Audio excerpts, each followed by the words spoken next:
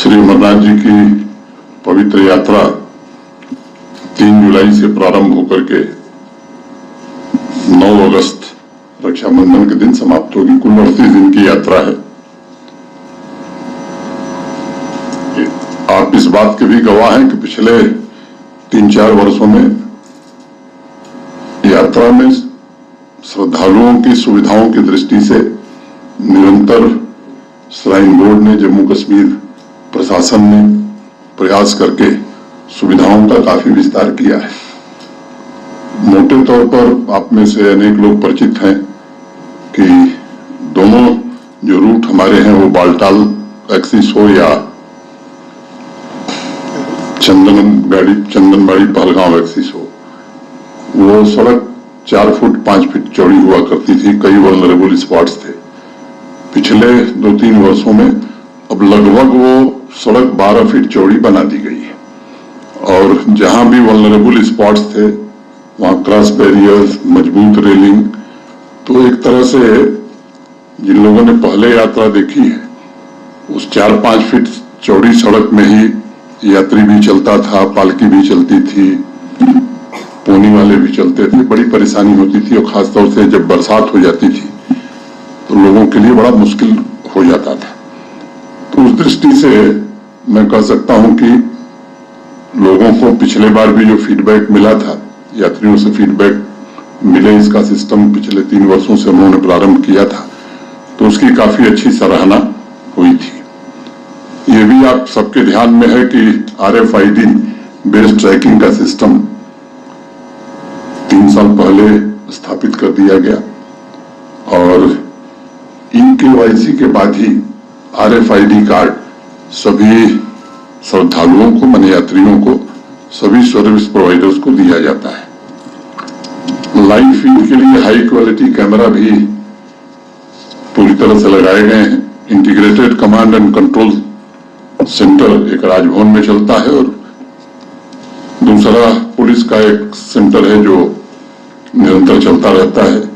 Health care facilities में भी पहले की तुलना में काफी बदलाव हुआ है और अस्थायी रूप से दोनों कैंप्स में 100 बेड के हॉस्पिटल फंक्शनल हैं।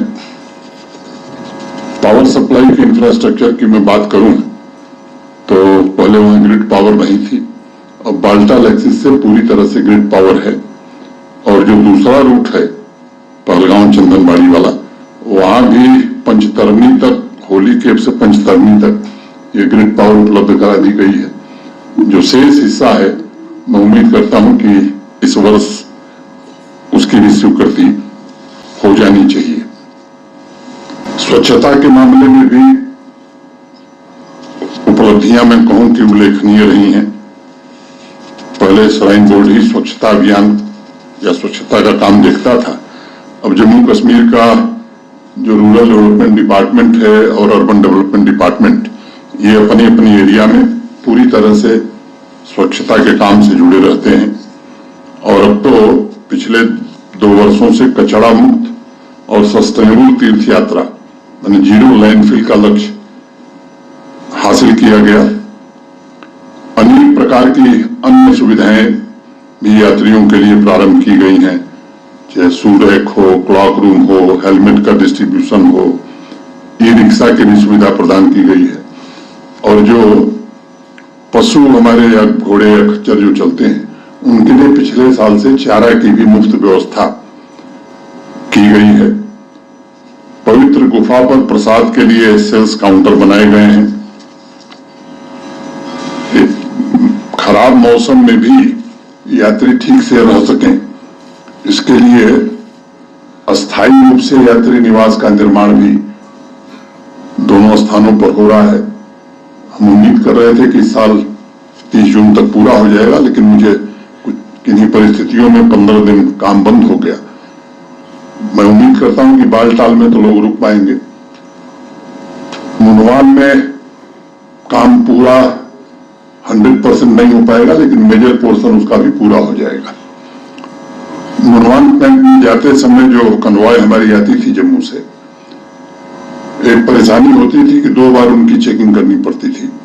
वहां एक फुट ओवर ब्रिज बन गया है। अब एक ही बार चेकिंग के बाद कम समय में सारे लोग कैंप में पहुंच जाएंगे। पिछले साल 12 वर्षों में सबसे ज्यादा यात्रा 5,12,000 रही। इस वर्ष 22 अप्रैल के पहले बड़ी संख्या में रजिस्ट्रेशन हुए थे। 22 अप्रैल की दुर्भाग्यपूर्ण घटना के बाद रजिस्ट्रेशन में थोड़ी गिरावट आई, लेकिन फिर से अब वो पिछले वर्ष की तुलना में अगर मैं कहूं तो मोटे तौर पर 35-40 हजार पंजीकरण कम हुआ है। मैं उम्मीद करता हूं कि 10.19% it's less than last year, लेकिन अब वो रफ्तार बढ़ गई है। जो लोग 22 अप्रैल के पहले रजिस्ट्रेशन कराए थे उनसे दोबारा हमने रिक्वेस्ट किया कि आप अपनी यात्रा के बारे में कंफर्मेशन दीजिए। तो कल तक की जो सूचना है 85,000 से ज्यादा लोगों ने कंफर्म किया है कि हम यात्रा में आ रहे हैं। ये संख्या बढ़ती जा रही है। सुरक्षा की दृष्टि से भी जम्मू कश्मीर पुलिस, आर्मी और सीएपीएफ ने मिलकर के एक चाक चौबंद व्यवस्था सुरक्षा की दृष्टि से प्रारंभ से लेकर के और गुफा तक और सफल वापसी का किया है।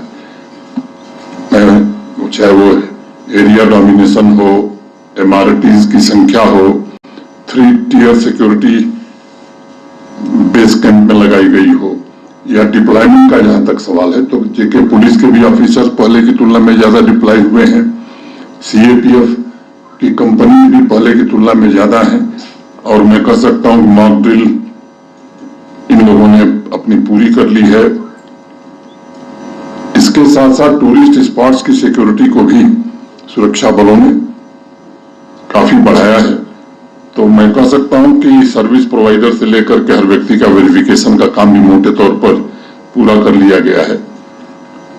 लखनपुर से ही कन्वॉय का एस्कॉर्ट शुरू होता है और आप सब जानते हैं कि भगवती नगर जम्मू से यात्रा शुरू होगी। आप सभी पत्रकार मित्रों का भी इस यात्रा में बड़ा सहयोग रहा है। आपके माध्यम से सभी श्रद्धालुओं से मैं आग्रह करना चाहता हूं कि हम व्यवस्था ऐसी कर रहे हैं कि सब लोग कन्वॉय के साथ ही आवें, ताकि वो सुरक्षित और सहूलियत से पहुंच सकते हैं। प्राइवेट गाड़ी से भी कोई आए तो उसका स्वागत है, लेकिन उनसे भी मेरा अनुरोध है कि कन्वॉय के साथ ही वो चलें।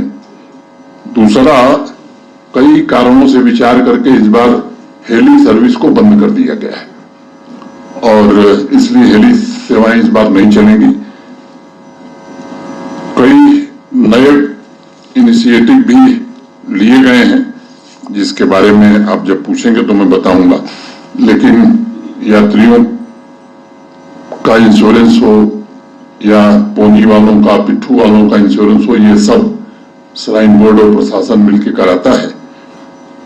मैं जम्मू कश्मीर के सभी निवासियों से, विशेष रूप से कश्मीर के निवासियों से, जो परंपरागत रूप से इस यात्रा में पूरा सहयोग करते हैं, स्थानीय लोग भी, और बड़े उत्साह के साथ स्वागत करते हैं, वर्ष भर इंतजार करते हैं। आप पत्रकार मित्रों ने भी हर बार सहयोग किया है, तो आपसे भी मेरा अनुरोध होगा कि देश भर में एक अच्छा संदेश जाए कि कश्मीर के लोगों की जो हॉस्पिटैलिटी है उसका कोई मुकाबला देश में नहीं कर सकता है। मैं समझता हूं कि मोटे तौर पर जो बातें थी हमने आपके समक्ष रख दी हैं, जैसा डायरेक्टर इन्फॉर्मेशन ने बताया है। अगर आपको कुछ लगता है कि इससे संबंधित आप सवाल लेना चाहते हैं तो आपका स्वागत है।